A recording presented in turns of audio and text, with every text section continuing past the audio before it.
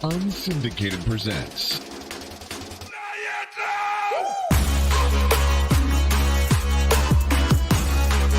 Off the Air with Sean Baligian.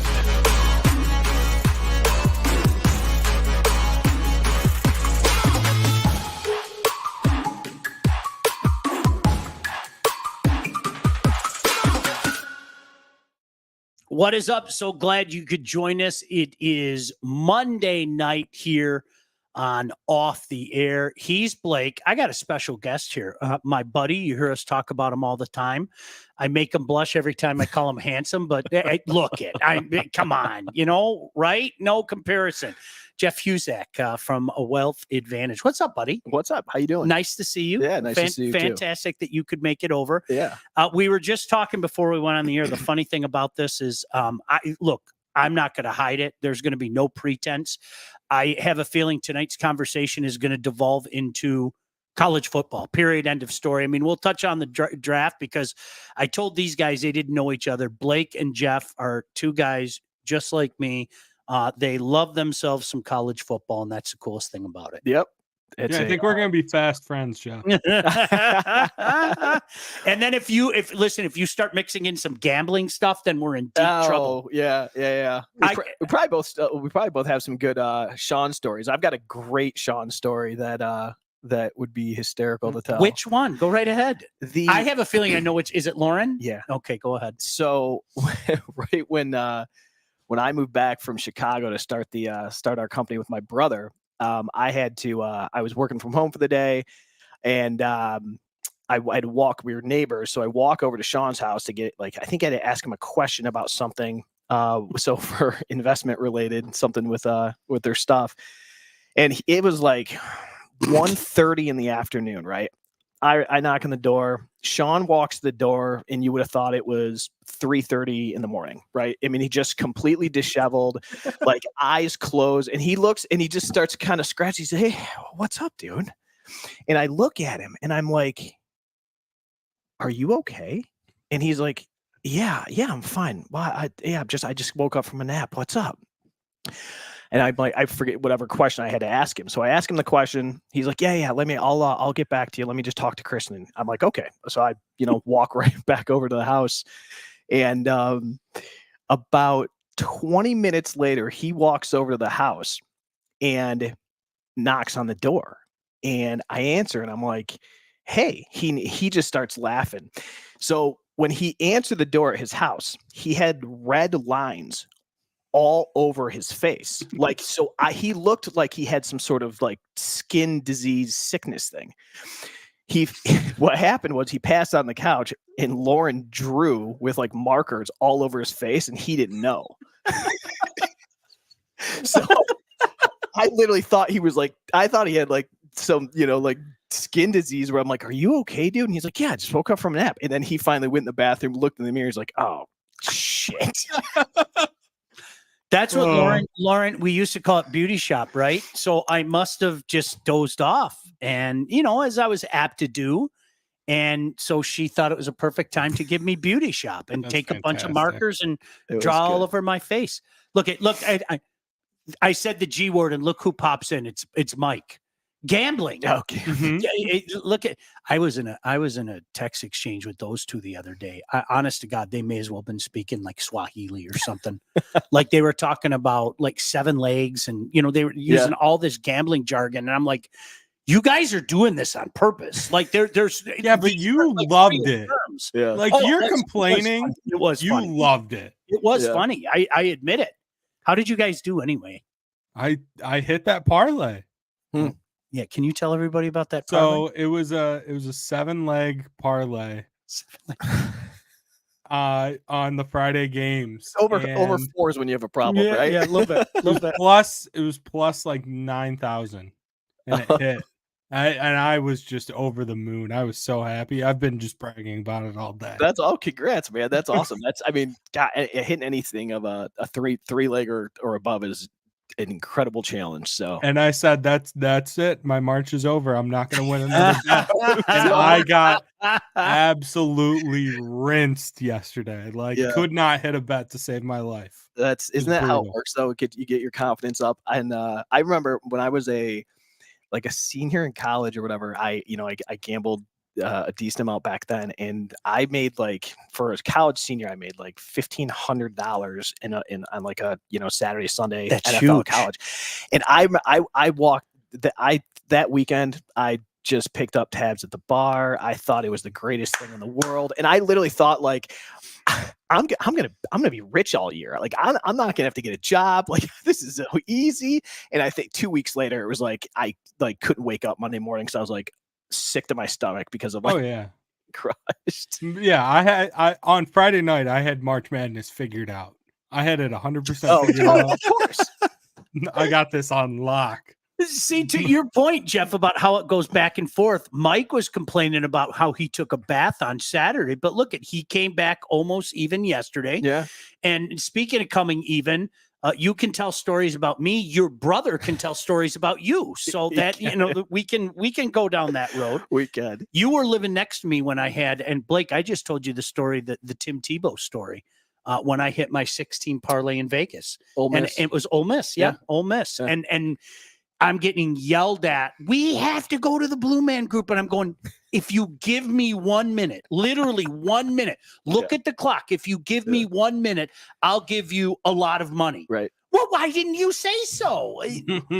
Because the Blue Man Green Group or whatever the heck it is comes first. Yeah. It's funny that we always remember, I think we probably always remember our biggest win, and we definitely always remember our biggest loss. One that you were just sick over. I can still remember the game. So it was good times.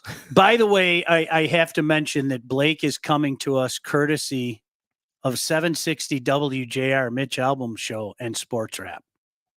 That's true. Thank you. Ding, ding. Can I do that? Can I play that? You have to pot it up. Screw that. All right, hold on. Now we want to. Oh, there you go. There it is. All right, Blake. It sounds like a game show. It does.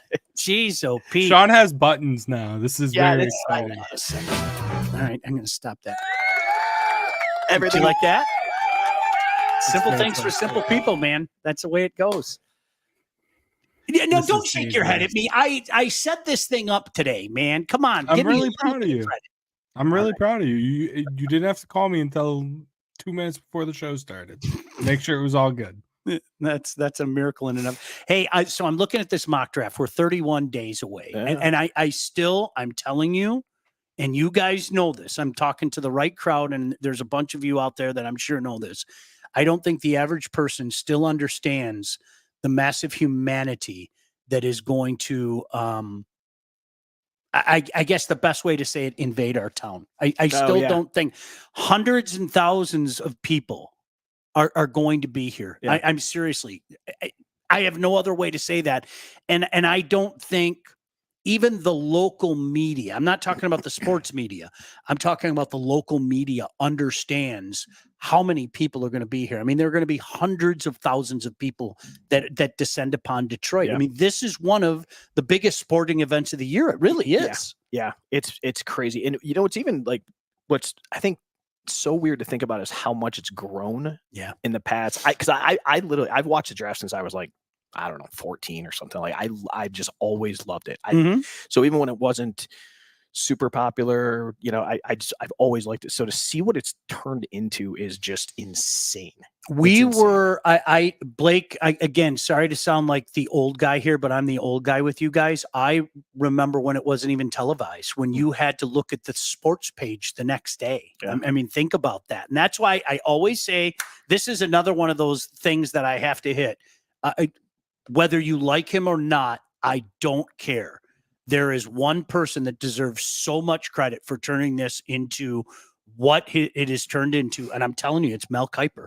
Oh, yeah. And whether you like Mel Kiper or not, it doesn't, I don't care if you like him or not. What Mel Kiper turned this into is insane. I thought you were going to say I thought you were gonna say the commissioner. I'm like, oh God, no. I'm not going there. What's the first like draft like you remember? Like, what's the one in your memory that like sticks out? I got one. So I remember the Trent Dilfer that draft. I don't remember the year it was. Was that 93? Okay. 94, I think. 94. I think. Yeah. Look it up. Fact check me, Blake. Fact check. I think I'm looking. Dilfer was the 94 draft. See that little button that says on off? Yeah. Right there. Press that. Look at that. Huh? Yeah? You knew I'd forget something. Come on. Mike said we need to put Pearl Jam on one of those buttons. Can that be arranged? Can we do that, Blake? No, because we'll get taken off of YouTube that we just got. So Yeah, we don't need that. Holy crap. I had to prove it was me. 94 draft, right? Dilfer was Yeah, the I think 94 so. draft? I was just looking at 93, so I'm assuming it's 94 because I didn't see it there. What year was what was that year with McNair as well? I believe that was also 94. I think that I believe that was 94. think you're right. I think that's Yeah, why fact check it's- me, but I believe that was 94. Yeah, and I think that's why I'm remembering both of those. So the one that I remember very quickly while they fact check is the Mark Spindler draft. It was 1990. Okay. Where Spin Dog, like, you know how they showed up at people's house and made a big deal about it. Yeah. Well, they showed up at Spin Dog's house thinking, okay, he's going to be a first round pick. And then it went to the second, and then it went to the third. And it was like everybody in the nation, it was like Aaron Rodgers before Aaron Rodgers. Yeah. You know, and Spin Dog just had this look on his face that said, I might murder somebody today. Shout out to Spin. And then, of course, the Lions took Spin. And I mean, his fate would have it. I end up doing a show with a guy. He's a great guy. Obviously, his son Rocco playing at Notre Dame now. But for whatever reason, I remember, so my buddies and I, we were all like 19, you know, because I'm old and everything. And all my buddies were like, come on, let's go out. And we're like, I'm not going anywhere. There's like a couple of us. We're like, I'm watching the NFL draft. And they're like, what the hell's wrong with you? Right. I mean, think about that. That's how long ago it was. There were people going, what, you want to stay in and watch the draft? And now it's, you know, a made for television, huge rating bonanza. Yeah, full weekend. Right? It's incredible. It's just like, it's crazy. What's Mine yours? was 2006. Oh, okay. The Mario Williams, Reggie Bush. Reggie Bush. Yeah. That was just when I had like just started getting into college football. Yeah. And like seeing those guys get drafted, I was like, this is awesome. Yeah. Vince Young was that year too, right? I believe so. Yeah. Liner. Yeah.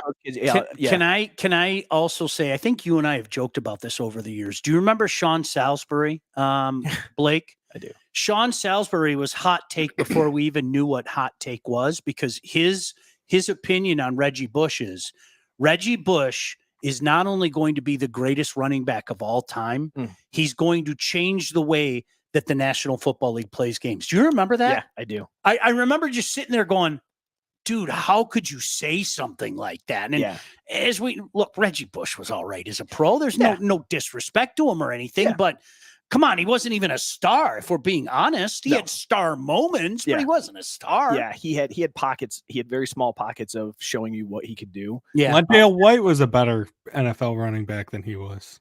Who was?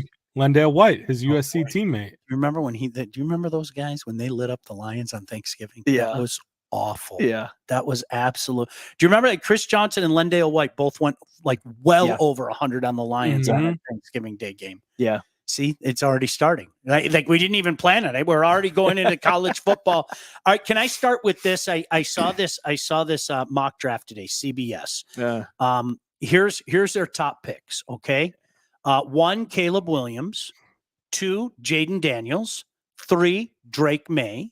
4, JJ McCarthy. More on that in a second. Blake and I both have to call that out. Joe Alt goes 5 to Notre Dame. Of those 4 quarterbacks, does one stick out to you? Want me to repeat them? No, I got him. Okay. No, I got him.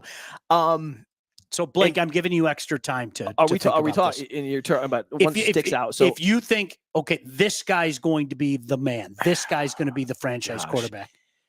Caleb Williams certainly has I think, he's got the upside from, what he does in and out of the pocket, his, improvising, throwing from all arm angles, can make all the throws, things like that. There's some ball security issues with him. And there's a little bit of, I don't know if it's a personality thing, but there's a little bit. He's an oddball. I'll say it. He's an oddball. Paints his fingernails, kind of thing. So it's like, I don't know if that's the guy I'd want as my franchise quarterback. I don't know. I think he's certainly a ton of upside. I'm not completely sold on Jaden Daniels yet. The reason why is because his game is, what do you have, 1,100 yards rushing last year?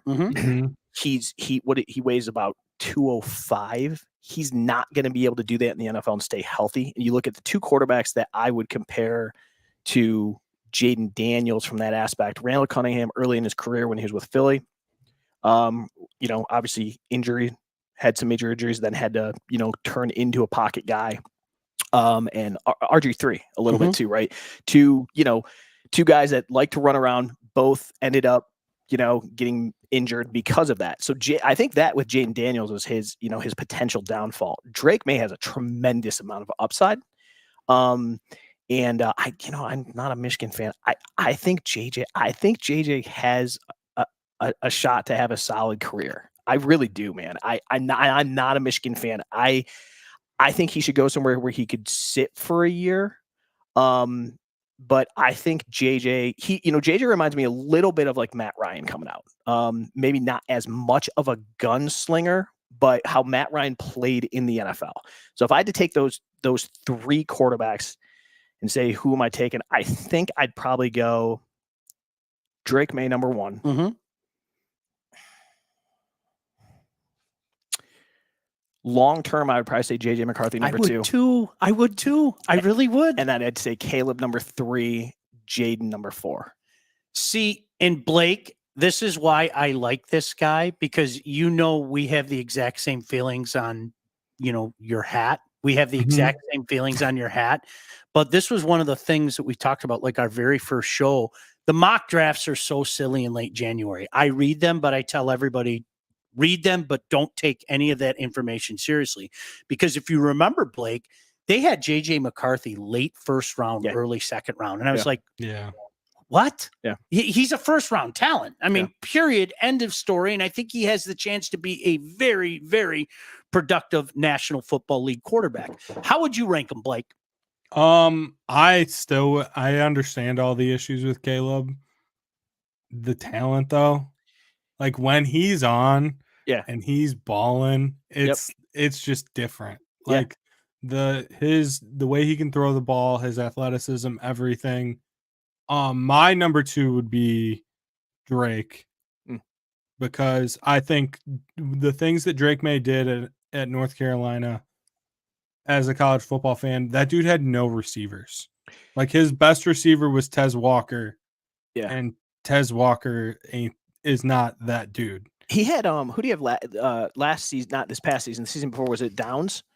And he was a good receiver. He's on definitely Indy, I think. Yeah, and he had a good rookie year. But yeah, sorry. And then I would put JJ and then Jaden. Yeah. I think Jaden, like, if you watch LSU games, like LSU's offense was incredible. Obviously, they have 2 NFL receivers that they schemed wide open. Yes. WTFO. Wide the open. Constantly, nonstop. Neighbors and Thomas will both go in the first round, right? 100%. And so compare that to the other quarterbacks, and those 2 could probably go in the top 15, right? Those 2 receivers. I'm going to look and see where they're going right now. As a matter of fact, go on. So if you look at all of the receivers that the other quarterbacks have, USC does not have a receiver that will get drafted. I don't even know if one will get drafted at all. North Carolina no one's going in the first 2 or 3 rounds receiver wise. And Michigan, Wilson will probably go in the second. I would think. I don't see second or third. Yeah, I don't see him. He's not a first round guy. So I agree with you that Jaden was loaded with talent, and I just think when comparing him, his style of play, I've coached quarterbacks for like 15 years, played quarterback, so I love studying the position. And I was a running quarterback, right? I was not a pocket guy, so I love dual threat guys. But the problem is in the NFL to be a dual threat guy, you either got to be huge, like a Josh Allen, or they have to scheme the entire offense around you like Lamar Jackson. Yeah. To just be a guy that you're going to just, the pocket's going to break down and I'm going to go run. You take too many hits. And for Jaden Dan, like he just doesn't, he's so frail that he's just doesn't have the body type, I think. So he's going to have to morph his game to be a pocket guy. Like Donovan McNabb did that when he came out. He was very dual threat in college, came out, had a really good rookie year, had a lot of rushing yards, and then realized I can't have a long career unless I change my style of play. So he became more of a pocket guy, put more weight on. So I think if Jaden can do that, that will help him. I haven't seen that from him. So I also think JJ's athleticism is the most underrated part of his game.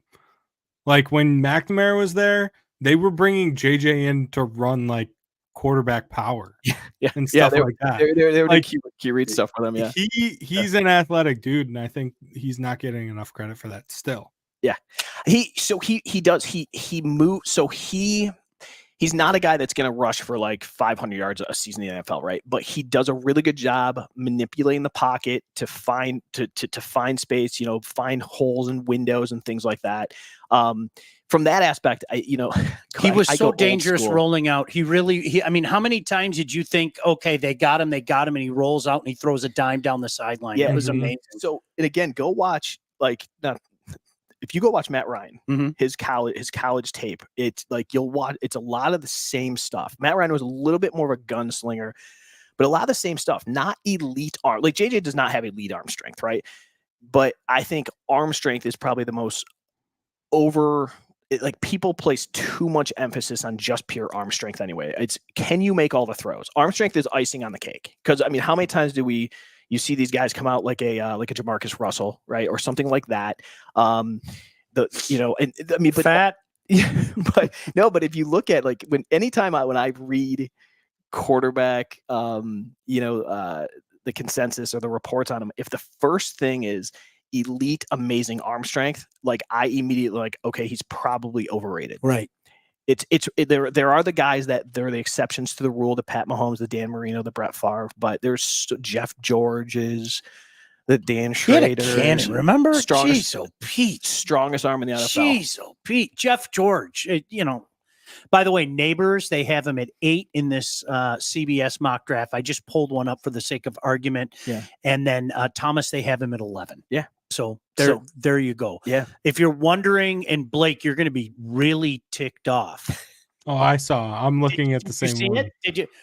Okay, I'm going to tell you point blank. I'm going to let you guys. I don't know the first thing about TJ Tampa other than what I read. I hate when we were talking about this the other day, like the tournament. These guys that lie that they know something about Duquesne. Shut up! You know nothing about Duquesne other than what you read online 5 minutes ago. Except you did know about Grand Canyon too. It was me. I was like, oh, their coach is a legend. He hit that shot at Valpo. So the Lions, for what it's worth, they have TJ Tampa going at 29. Blake, did you see who's going at number 30? Yeah, Mikey Sainer still. Who would you take? Blake? For the Lions? Yes. TJ Tampa. Okay. Because Brian Branch and Mikey Sainer still will be very similar players. Fair statement. Doug asked, could Drake go number 1? Yes, I think so. Yes, I do. I do. I think the Bears are locked in at Caleb. I do too. Do you really? I do too. Yeah. I feel the same way. But they're the Bears? Yeah, exactly. They're locked in. They're not doing their due diligence. It's They're the Bears. Been a few times that Bears have kind of gone off the board.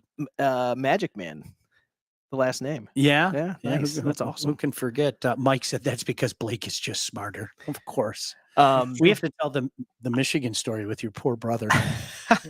Brother. I agree with you. Like, could he go number 1 and they surprise everybody? Yes. I think with everything they've done though, with bringing Williams in and, getting rid of Justin Fields. I think everything is set up to bring a quarterback that they love who, it seems like the consensus is Caleb. It just seems that like it's all roads go through him for them right now. But if they go with this draft mock and they draft Rome Odunze, they're gonna have the best receiver in the draft. So there's that. I never knew that, Doug. Here I've known Doug for a while. He said Don Mikowski is actually a third cousin. I never knew that. Magic man. I had no idea. Isn't that amazing? Listen, we'll talk more about nerdiness, and in particular, I'm going to be intrigued to hear some of what Jeff thinks about the Lions' needs are. But Blake, can we talk about our friends at Legacy? We need to tell you about our friends at Legacy. And did you know that thousands of Metro Detroiters have already called Legacy Partners to get help with their home and auto insurance? Our friends at Legacy Partners are one of Southeast Michigan's top independent insurance agents, and they provide a full-service, one-stop solution for all of your insurance needs, personal and business, large and small. Listen, I've been saying this. Call them. Put him to the test. Say, hey, that idiot, Baligian, I was watching his show. He said that you're going to give me a quote. You can find out for yourself. Legacy has helped many of our listeners by fixing mistakes other agents have made, asking the right questions to get the right coverage put in place to properly protect you and save you some money at the same time. Chances are, if you haven't checked your policies in the last year, you're paying too much and you could be underinsured.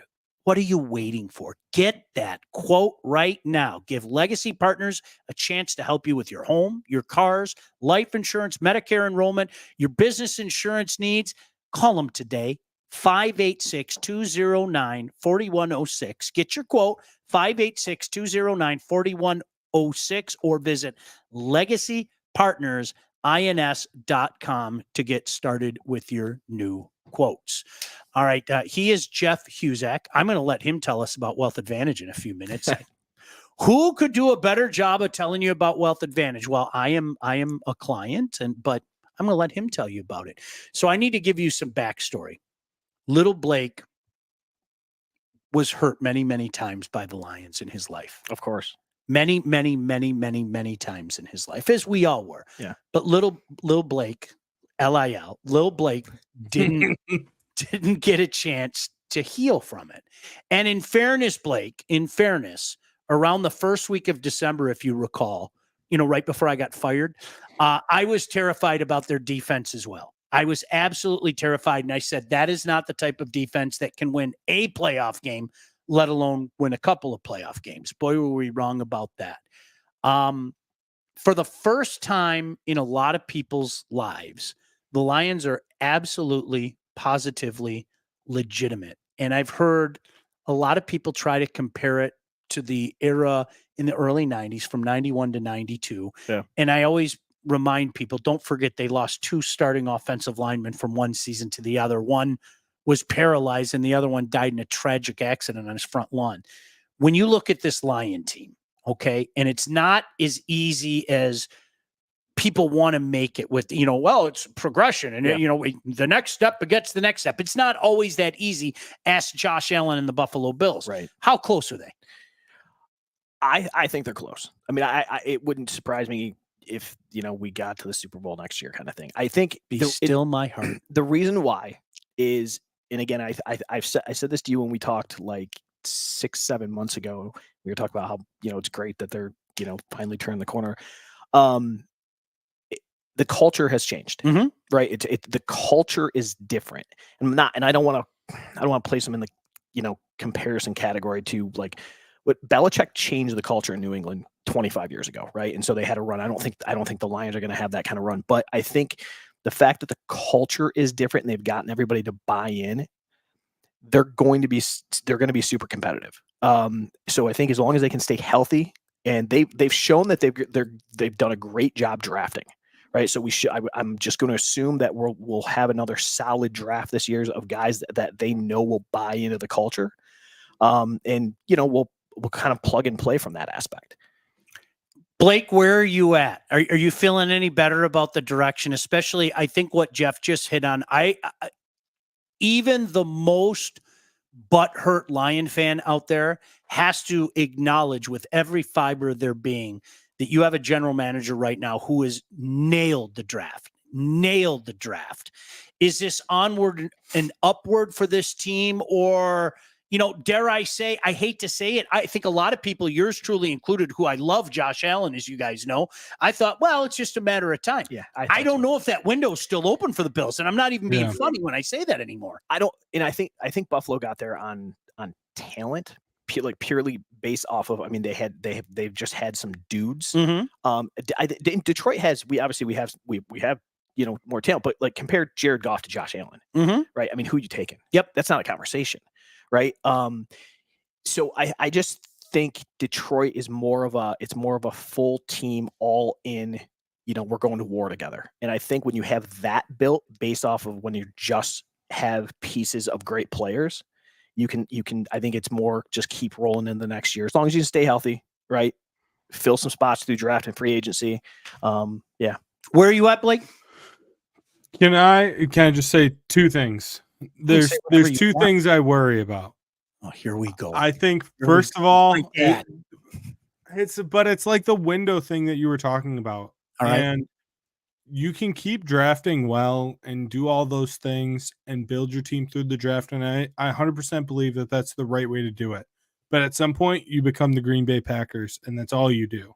And you're not obviously the Lions did add some through free agency, but if you're sure that you're in this window and you want to win a Super Bowl, you have to add star players through free agency. So who would you have wanted them to add this year? I really liked oh my God. I would have loved Hunter. Danielle Hunter. I would have loved that. I really liked the Reader signing. Don't get me wrong. Yeah, me too. Yeah. And obviously this year there wasn't a lot of secondary talent in the free agency market. Yeah.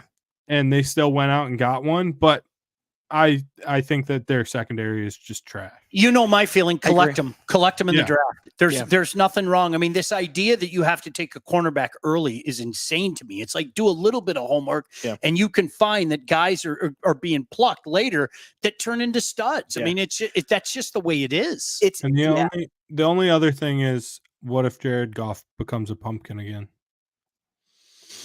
You have to consider that. I know people don't want to hear it because he's become everybody's hero and everything. He's become a cult hero around here, 100%. Listen, when he went through that period in what was it, about mid-November until early December, I was like, here it comes. Yeah. Here it is. And boy, it's so important. I mean, look, Captain Obvious here. It's important to protect every quarterback, but in particular, Jared Goff, I use the term all the time. If you're not protecting him, that man sees ghosts. Yeah, I agree. He does. Yeah, I agree. And yes, so. If Ben Johnson would have left, I would 100% be agreeing with everything you're saying, Blake, and say that I wouldn't have much confidence in Goff. Like I don't think he's an elite quarterback. I think the reason Goff has been so successful, I'm not saying I don't think he's trash by any stretch, but I think Johnson's does such a good job keeping us very creative on offense that I think it's really done a great job of helping Goff out. I mean, we seem offensively, we've the past 2 years, I feel like we've always been a step ahead of the defense. Not every week. I mean, you can look at Baltimore last year where we got just smoked, but in general, I mean, like go back, watch the first half of the San Francisco game, right? And then the conference championship, or just throughout the season. I mean, it seems like they're doing a really good job of, utilizing the talent we have, not putting too much on Jared, just play within the system, don't make huge mistakes. And he's done a good job of that. I think that's what he can do. He can't do what a Patrick Mahomes, a Josh Allen, I mean, he's just not, he's not that guy. You're reminding me of Lombardi, because Lombardi was a guy that tried to make his system fit what Matthew Stafford did, and it was never going to work. I always use the term, it was like trying to pound the square peg into a round hole. Yeah. It's just not going to fit. Right. And I think the best guys are what say, okay, I'm going to work to your strengths. Instead of you trying to fit to what I want you to do, I'm going to work to your strengths. Yeah. And it's how many guys can check their ego? It sounds so simple, but let's face it. If you're at that level, there's an ego that comes into play. Well, and there's nothing wrong with that, but that's the reality of the situation. It is. It actually, it kind of comes full circle. We're talking about the whole quarterbacks coming out in the draft class this year too, right? So backtracking, you look at Caleb Williams, Drake May, Jane Daniels, and JJ McCarthy. And like McCarthy, especially like comparing Caleb to JJ, do you think Caleb would have been okay running the same offense that JJ ran? Yeah.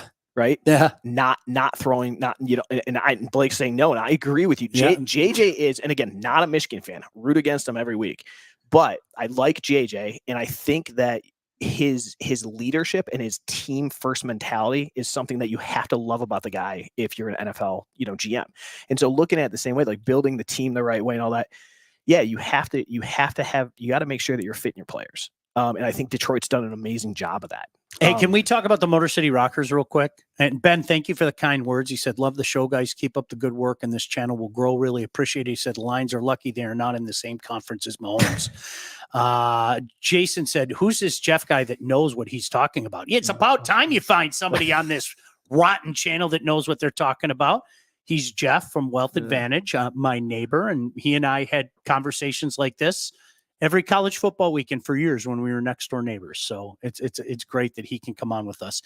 Motor City Rockers, the playoff bound Motor City Rockers, I might add, in action this weekend back at Big Boy Arena. They were on the road all last weekend. They're home, and there's no place like home, and no place you'd rather be than Friday night when they take on the Columbus River Dragon. Puck drop at 7:35, and then they take on the Binghamton Black Bears Saturday 6:05 at Big Boy Arena. For tickets, go to www.mcrockershockey.com. Look at Scott Husak even joining. Look at that. Gordy is a great coach. Gordy's doing a heck of a job with the Rockers. By the way, since I think both your brothers are there, did your dad tell you I saw him at the high school finals? No. Your dad was there. I was talking to your dad. It's always nice to chat with your dad. We were talking about water balloon fights and everything. So we used to. Sorry about that, Sean. We used to have water balloon fights on the 4th of July. Yeah. Like they would attack, then we would attack. And so we had a bunch of friends and family over, and all of a sudden, shoot, shoot, shoot, you hear that noise and you're like, okay, I yell move, but it's too late. And then people would get splattered. So it was a good time. Yeah. It was a good time had by all. So Blake, for you, it's about this secondary right now, and you still want an edge guy. You want that DT. What are you looking at? I hate you have to get one in the first round. No, you don't. Stop it. That's such archaic thinking. I think Brad Holmes has proven that, but your wish list would include what? Depth on the defense. Just everywhere. Depth everywhere on the defense. I think the offense clearly still has great depth. I mean, offensive line, you could always be deeper because you never know when an injury is going to pop up. But I think depth on defense, depth on offensive line, and just keep it rolling. But you have to have guys that fit what you want to do. Yeah. And I wouldn't be mad about another receiver at all. Especially neither would I. So neither would I. Yeah. Nope. Not at all. I mean, I like what they have, but you know what? Especially if this is the year that the training wheels fully come off of Jamison Williams, because I think, I could be wrong, I think that the questions are done about him. I hope they are. I really do. I think he's a weapon. I don't think he's ever going to be a full-fledged stud or anything like that. I think he's a weapon. Yep. He fits what they're doing, and use him as the way they're using him. I'm not saying he's going to go out there and be your number one and he's going to have 100 receptions or anything like that. He's a weapon, and I have no problem with them drafting a weapon like that. Deshaun Jackson was a weapon, right? When he was in the league, and he wasn't a great receiver. He wasn't a master at route running and going to lead the league in receiving, but he was a weapon. And I think Jameson's kind of the same way from that aspect.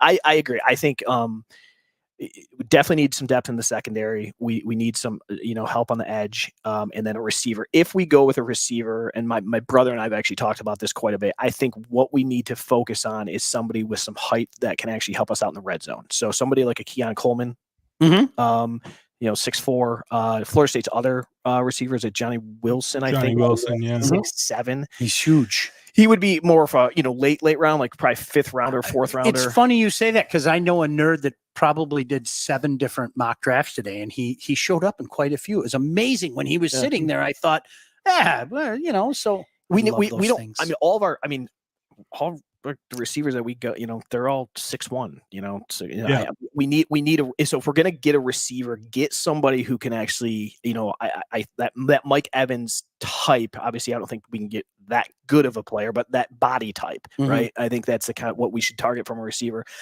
Edge guy, I think if Chop Robinson's available, when we're there in the first round, that'd be great. Secondary wise, I like the guy from Iowa, Cooper DeJean. He's really good. I think he would fit. Culture. I think we clearly like Iowa players, right? We drafted 2 of them last year, so it wouldn't surprise me if we took him or Kool-Aid from Alabama at corner. McKinstry. Yep, he would be a solid pick. So one of those 3 would be, I think, where we're going in the first round: Chop, Kool-Aid, or Cooper.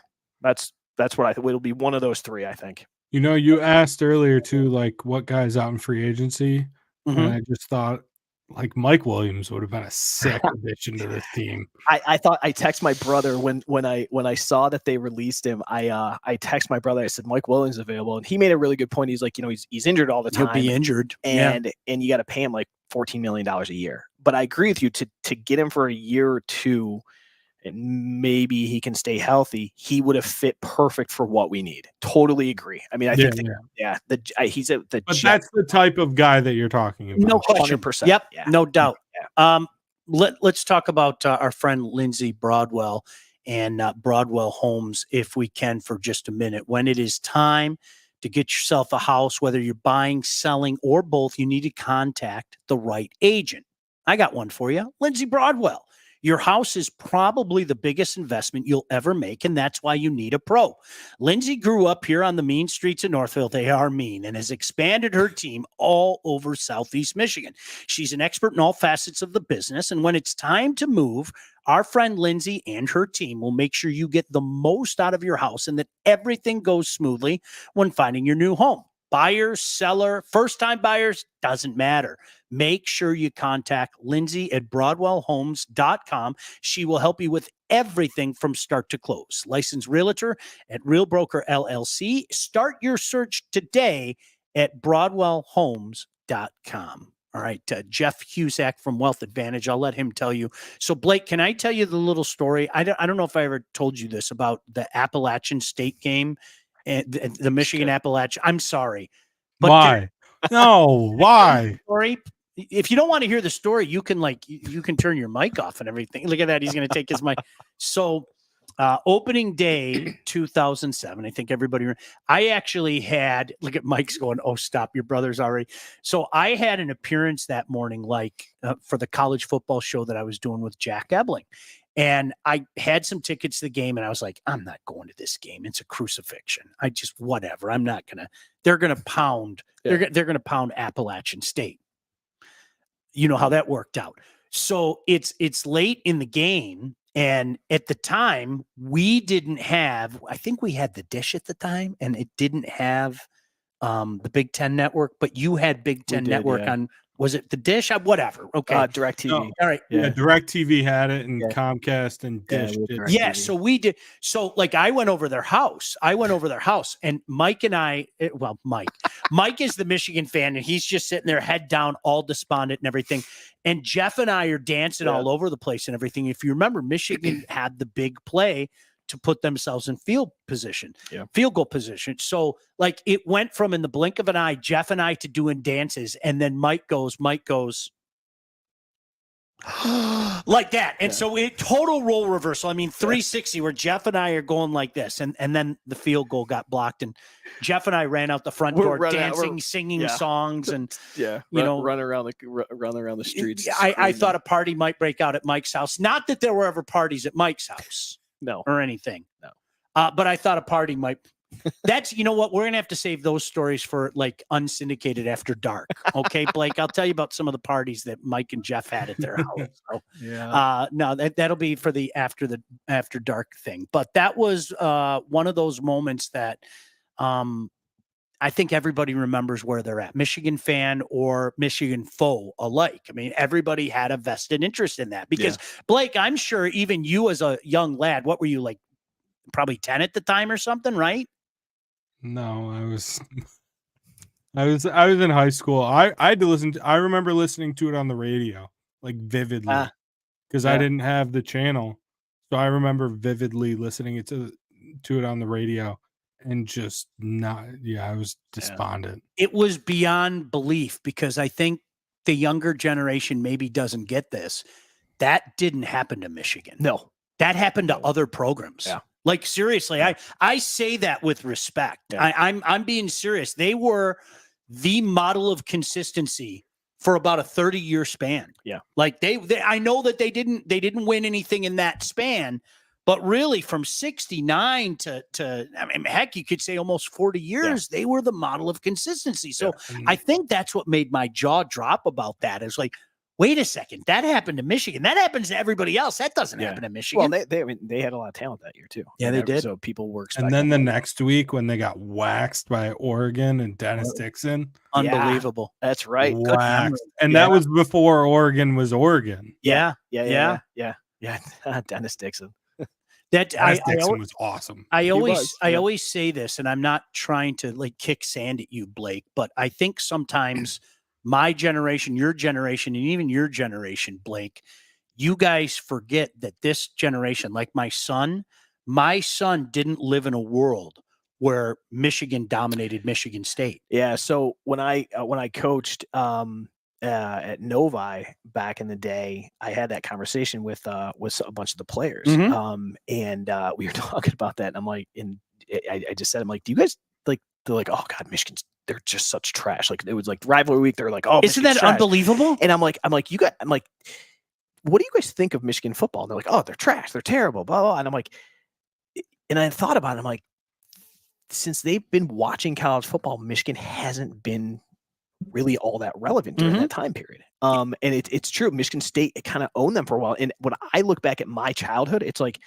Michigan State would win 1 out of every 5 years. I feel like every 4. I mean, I don't know what it was, but it's like Michigan dominated that series. I still remember them because it happened so infrequently. I mean, from the time I was a teenager, it was 84, it was 87, it was 90. I mean that was 93. So for a while, it was every 3 years, and then it jumped to 95. Then you had to wait, obviously, for a few years for the next one. And it was funny because it was the exact different thing. And Blake, honestly, I chaperoned my kid on a trip, I think 8th grade, 9th grade, whatever the hell it was. All the kids were wearing, I'm not joking, they're all wearing Michigan State gear. Yeah, same. It was insane. Yeah. I was like, this is crazy. That never happened. And obviously, we know what's happened since then. You have to give your flowers, man. They're the measuring stick. Yeah, it'll be interesting to see what they do next year. I knew I'd put a smile on his face. I knew I'd put a. But Blake, it was going to happen last year, or you ran the possibility of, okay, it might not ever happen. I remember you and I having that conversation in the fall. Like you saw a year in advance. Okay, this might be the year where the sun aligns. I didn't think it was going to happen. I'm telling you point blank. Quite frankly, I thought Georgia was going to find a way again, but everything aligned, and give them their flowers, man. No, I mean, even before the playoff, I vividly remember you whispering in my ear, Alabama's going to wax them. So, and I mean, we know what happened. I thought Bama was gonna handle them. I did too. I really did. I don't think we realized, and I don't think even like now, people realize how good Michigan's defense was. I agree with you. Yeah. They were tougher than I gave them credit for. I am somebody, and I think I can speak for him here, and I know people hate to hear it, but it's factual. I have watched SEC teams just wear down Big Ten teams for years, and the fact that you deny it is mind-boggling to me. And it started to go that way a little bit, and then it stopped. Yeah. And it was like, this Michigan team is tough. Yeah. This is a tough team, Yeah, they dominated the line of scrimmage for sure. Michigan's defensive line was an SEC defensive line. Yep, they were, if not deeper. Yeah, they Yeah, it was even, I felt like from that aspect, the D line versus the O line, it was even worse in the national championship game. Watching Washington's tackles, there were like 4 times I thought they should have called false start on Washington on the offensive tackles because the edge rushers for Michigan were getting around. So they were literally like a split second before the snap, they're backing up. I'm like, how they not call false? And they still couldn't block. I'm like watching. There was one of the offensive linemen. I'm like, if I'm Penix, I'm like beating the shit out of that guy because he's getting how many times did we hear that though? Like, in years, and I would always say you're right, but not in the way that you think. Everybody would talk about the SEC speed. Yeah. And I think some people, I don't mean disrespect when I say this, thought about it from a simple standpoint of their wide receivers. And it was, no, to me, it was up front. Yeah. Oh, and if you think 100%. back to those great D'Antonio teams, okay, 13, 14, 15. What they did is they came at you like an SEC defense. Yeah. I mean, poor Devin Gardner. Shout out to Devin if you're watching. But I mean, honestly, I mean, they made that poor guy's life miserable. That game, whether it was mean. It was mean. Watching the game, you felt bad for him. I did. Again, I'm rooting for Michigan State. I'm like, I feel bad for him. Like he there's nothing he can do. Mm-hmm. Like, yeah. This really turned very quickly. Real quick, you said SEC speed. What's the name that comes to mind when someone says SEC speed? Because I have one that's like, go ahead. The name. Go ahead. Percy Harvin. Okay, that's fair. Percy Harvin was SEC speed. Yeah, that's fair. Jeff's childhood was Rocket Ishmael. I was actually at that game. Remember the 2 kick returns against Michigan? I was, honest to God, I was my favorite college player of all time. He was unbelievable. Yeah. Hey, before we get out of here, look at somebody. Listen to the dogs going nuts. Nobody's here, you morons. You said the R word. What did I say? You said rocket. I think that's what did it. Oh, yeah, maybe. Well, yeah, that's exactly it. I'm not going to tell you about the Wealth Advantage Group. Why don't you tell us about the Jeff? Do you want this pretty picture or no? You want the picture of you and your handsome brother? For sure. Yeah. There we go. Thanks, Blake. Appreciate that. If you want, I can pick up the read and you can fill in the blanks while we're doing it. Right? Sure. Are you ready to take charge of your financial further? Well, look no further than those 2 handsome guys from the Wealth Advantage Group. See Mike on the left and Jeff on the right, located in historic downtown Northville, owned by 2 brothers with over 20 years of industry experience. They understand that your financial goals are as unique as you are. That's why they offer personalized expert guidance to help you navigate the complexities of financial planning. Whether you're saving for retirement, getting ready to sell your company, or already in retirement, they can help guide you through every step of your financial journey. They work with clients through all stages of life and have clients in over 20 states. The investment world is a complex one. So if you're ready to start taking your finances more seriously, it might be time to work with a couple of experts. Those 2 guys, the Hanson brothers, not to be confused with the Hanson brothers, Mike Husak, Jeff Husak. Reach out to them at the Wealth Advantage Group, 248-773-8574, or check out their website at www.thewealthadv.com. Did I check all the boxes? You did. Yeah. You checked. How's business? It's good. Business is great. How's the market right now? Really good. S&P's up like 9.5% on the year. Everything's moving in the right direction. Obviously, election year, so you never know how things can go. Typically, election years bring about a little more volatility when we start getting into all the craziness and things of that nature. It doesn't necessarily mean that we're volatility is going to bring the market down or anything like that, but there's always just a little bit more uncertainty in terms of if this person gets elected, are they going to change this, and things like that. So but yeah, no, we've been doing it since both Mike and I have been in the industry for about 20 years. We started our company together back in 2010. Mm-hmm. I used to work for a fund company out in Chicago. I remember that when you moved away. Yeah. It was kind of sad. I know it was. Mike used to work with an independent advisor as well, and then we decided to open up our own shop in 2010. Wow, so I know, crazy. It was that long. Time flies. We manage money for individuals, small businesses, like a bunch of small business 401k plans, clients all over the country. So we do a ton of Zoom calls now. That's one with one thing that changed with COVID is like people just don't care as much about meeting in person. So. Mm-hmm. We've got clients all over the country. Well, I think our biggest client lives in like Nebraska, and I met her I think twice. I was going to say Warren Buffett. No, she lives like right in the same city though. That'd be great though. Yeah, that'd be pretty cool. Yeah, and we're a little bit unique in the aspect that a lot of advisors outsource their, some of the things that they do, right? So their investments they'll outsource to third-party money managers and things like that. And we don't do that. So we manage everything in-house. And Mike and I have, different skill sets and strengths and weaknesses and things like that. And Mike does an amazing job. He really deals with the clients on a day-to-day basis. So if there's however many meetings there are in a week, Mike's sitting in on almost 100% of those. Poor Mike. Poor Mike. He loves it. He does an amazing job. Our clients love him. He's such an easy person to talk to and patient and all that stuff. And then I deal with I sit in on some meetings. And there's a few clients that I am sitting in on all of those meetings. But I manage the money. So I build our models and do some trading inside the models, do all the research and things like that. And then we have Aaron, who you've met a few times as well. Our assistant always gives me the pie. Yeah, so we give pies away. I get free pie, Blake. Yeah. Wait, I haven't gotten any pie. What is it? Next barbecue, I'll make sure how's that? Yeah. And Erin's amazing. She's a rock star. Our client. Oh, she's awesome. Every single time we talk, like a client call, or like every client's like, oh my gosh, Erin's amazing. Like she's just wonderful. So we made her a partner. About a year ago, we actually gave her a little bit of ownership in the company.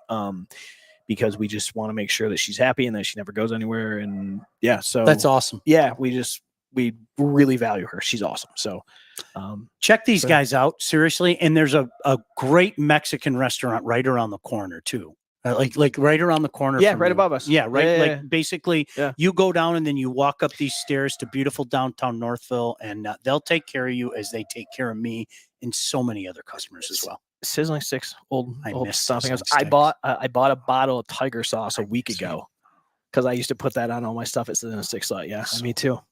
So they had this place, like, what is it, Mongolian barbecue? Yeah. They had this place called Sizzling Stick, like right near us, Blake, and it was just, we used to put on a show there. I mean, we really, just no other way to say that. Yeah. We used out there in Narnia.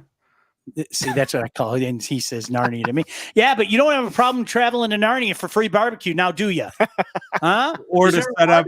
I see Blake's car coming up. Oh, yeah. Where was the barbecue last Friday when I was over setting up your little new toy? Well, you know what? I'm saving for the first night of the playoffs. You're invited. You and your brother are invited. Todd, you're invited as well.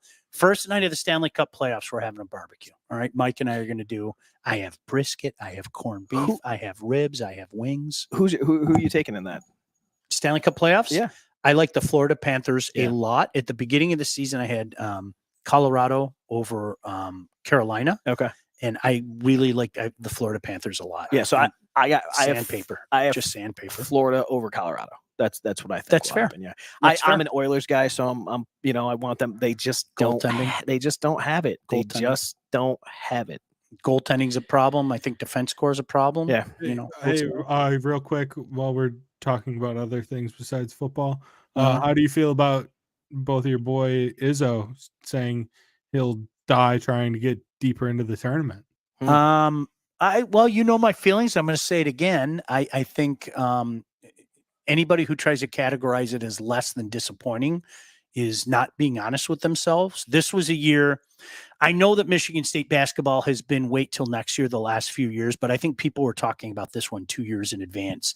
And I'm going to say it again, 13 losses, 13 losses, 13 losses, 15 losses. And as successful as he's been,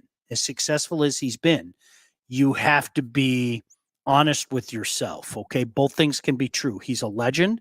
They should have a statue up of him on campus. He's meant that much to the university on and off the court, but you have to understand that a lot of questions are going to be coming in. And I'm sorry, one win in the tournament over a very fraudulent Mississippi State team, who all I heard is about how tough they were. And boy, they didn't look tough at all. Let's be honest. That doesn't make amends when you were expected to vie for a national championship and you were a top 5 team. So what if he starts playing the game? Are you talking about going out? I hope he does. I hope he does. I think for the sake of his team, But I mean, if you're asking, do I think that he should be fired? No, I don't. No. Talking portal stuff really quick. So Blake, who do you want as the quarterback next year for Michigan? You know what? I got to see what goes into the portal first. But I'm fine with if we want to do like the Alabama offense from last year with Orgy, and just run it and just stay tough. And because I don't think Michigan's going to win more than 10 games next year. Their schedule is brutal, and awful. Some that unfortunately, like for them, like as good as like Michigan's defense was last year, Ohio State's defense this next season is going to be but they're soft. Here we go. Here we go. There it is. Oh, you guys win 2 games. You win 2 games in a row against them. You guys, 3. Sorry, 3 out of the past 20. 3. Get out of here. Hey, it's a pleasure. Seriously, I appreciate you and man, your brother come over. Mike, come over next time as well. All right, and you guys can come over and get some barbecue. Bring Tara. Bring Scott. Bring your dad. Bring Ortman. Shout out to Ortman. I miss partying with Ortman. Oh, he's always fun. He's a blast. Good. He's good. Blake, thank you. Yeah, nice to meet you, Blake. Nice to meet you as well. Did we check all the boxes, Blake? Is there anything I left out? Everyone, please go subscribe to the YouTube channel. Please go subscribe. If you haven't yet, go subscribe to it. Like all the videos so that we pop up as going live in your algorithm, all that stuff. We really want to grow our YouTube channel. It's really important to me and Sean. Yes, that we grow on YouTube. So he can say it a lot better than I do. So that's why he's. So please go subscribe. Obviously, we appreciate all the love on Facebook and Twitter and Twitch and everything. But we really want people to be watching us on YouTube. It's really important. 100%. All right. Awesome. Until next time, for Jeff, for Blake, I'm Sean Baligian. Thanks for checking us out. I'll echo the sentiments. Tell your friends about us if you enjoy it, like the stuff. In particular, go to YouTube and lie. Oh, I never missed the channel. Like it, favorite it, whatever it's called. Till next time, we'll see you. Off the Air with Sean Baligian, featuring Sean Baligian and Blake Majchrzak. Produced by Todd Losey and Blake Majchrzak. Executive produced by Sean Baligian and Todd Losey. Theme song, incidental music, and related sound effects are from Play It Loud by Jam Studio. Engineering, mixing, and graphic design support provided by the Unsyndicated podcast team. Don't forget to like and subscribe to Off the Air with Sean Baligian on all your favorite channels. While you're there, be sure to rate and review the podcast. Got something to say to Sean? Call the Unsyndicated hotline at 248-237-3257.